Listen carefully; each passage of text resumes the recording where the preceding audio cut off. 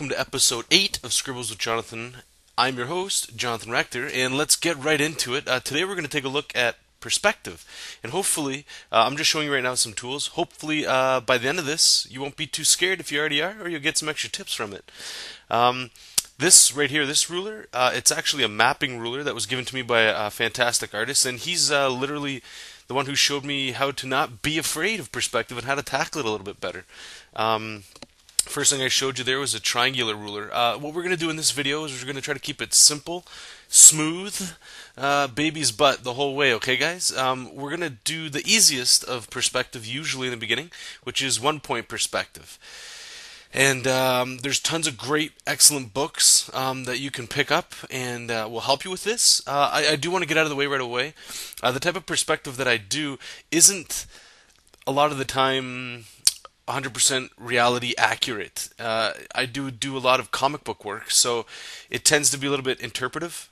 So I'm going to use a red pen here, or a red pencil, just to do the actual grid. So like I'm showing here, step 1. You want to find your horizon line.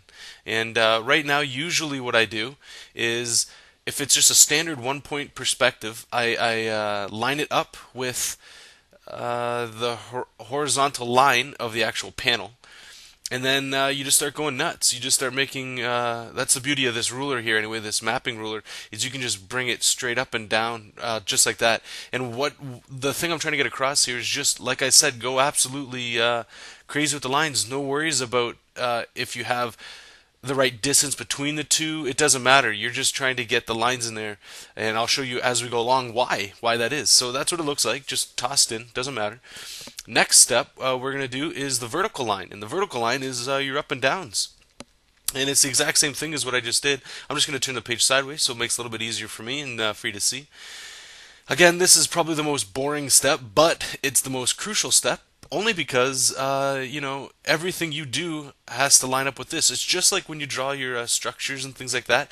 If you're going to draw like a superhero or a supergirl just standing there, they have to have good structure. And that's this step right here. If you miss this step or mess it up, no matter how much you fix it later on, it's just a headache. So just make sure you get it done right. And again, all I did was throw it in there. So you can start to see the grid going on. And step 3, all I'm going to do is pick a vanishing point. And basically, once I do that, I'll just toss in a bunch of lines, and instantly from that vanishing point, you'll be able to see all sorts of things pop into your head of what you want to do. It could be a skyscraper. It could be, looking into a canyon. It could be looking down the barrel of a gun. It could be anything. I'm just trying to show you guys here as well, so you don't forget if I'm going a little bit too fast for you. VP is for vanishing points. And in the future videos, hopefully it won't be too rushed. I can get into some 2-point, 3-point, 5-point should be a little bit exciting. I haven't really dug into that too much, but what the heck. Okay, so I'm just going to pick a random spot. Boom, we'll just pop it right there. And again, this is where I grab my triangular ruler. It doesn't matter what kind of ruler you got. And again, just go crazy. There's no rules here. Just the way that I remember it, or the way I like to remember it, is I like to have a lot of lines down, so there's less guesswork taken out. And how I normally do this in a comic page is I do this all with a regular pencil. And if you're familiar with my previous videos, once I have this done, I'll go into a structure, a loose structure there, and you'll see. And then I just take my kneadable eraser out and erase it. Again, the same artist that hooked me up with that ruler, he taught me a lot of stuff, and this still sticks with me today. So you'll just erase the lines and then just go in there with either a ruler, or sometimes I don't even use a ruler when doing perspective because the line's already done for you. But if it's something intricate or big, sometimes you need it. But that's it. So whatever can pop into your mind right now, bang, you have it done. And I think what I ended up doing with this one was just a quick little like street. I'm not going into too much detail. This is just to show you guys, how I go about doing it. And sorry if you're getting sick by looking at the camera work here. Okay, so I'm just going to start roughing in some buildings, literally roughing it in. And the lines are all done for you, so you don't got to worry about if it's too straight. I mean, you want to keep it clean. You don't want to mess it up too bad. because once you do erase this or go over top of it, you're going to need those lines. And the line's already done for you beside them.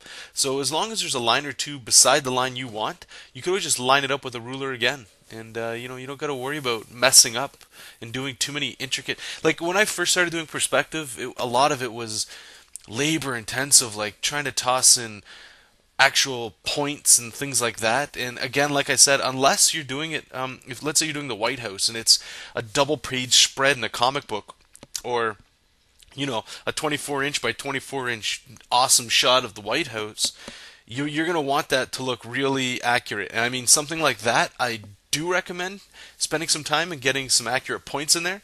But for the instructional point like this, or even if it's a general panel layout of like a city, you don't need to go too crazy. The human eye is an amazing thing. It'll put stuff together as long as it doesn't look too out of whack. And I mean, this does take some practice, and this is taking me 10 minutes to do. And if this is your first time, it could take 20 minutes, 30 minutes, whatever. It doesn't matter. Just knock it out. So here I'm just going in as if I was doing this 100% for work.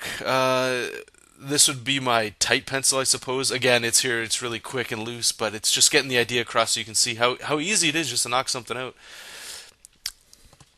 And I mean, you could do a bunch of these before you actually do your panel work or your final illustration on the side, just to see, how it'll work once you take it to a final. If you're a little hesitant on trying crazy camera angles and things like that. And here I'm just showing you how quick and easy you could just toss in some banner work, or it's not too tough. And I mean, I hope I don't make this come across as this is a walk in the park. This does still take quite a bit of work. I have done this kind of shot a lot. So, and right there, what I was doing is I was just lining up the windows from the one that was before it. And again, like the windows are way too big in this. Just trying to show again. I like to do this a lot.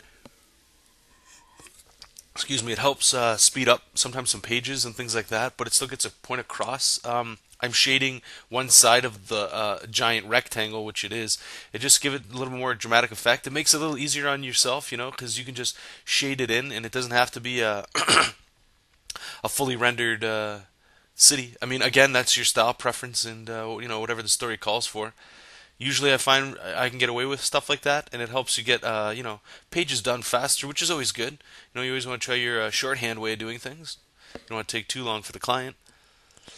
And yeah, I have no idea what that giant ball thing is in the back. Just trying to add some humor to it. There's some quick lamp posts. You can see how quickly you can just nail that in.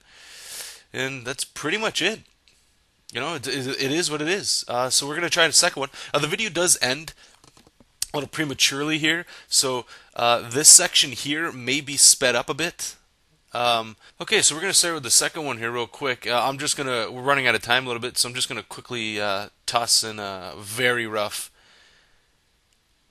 grid to put the panel in. And here again, I just wanted to show something different.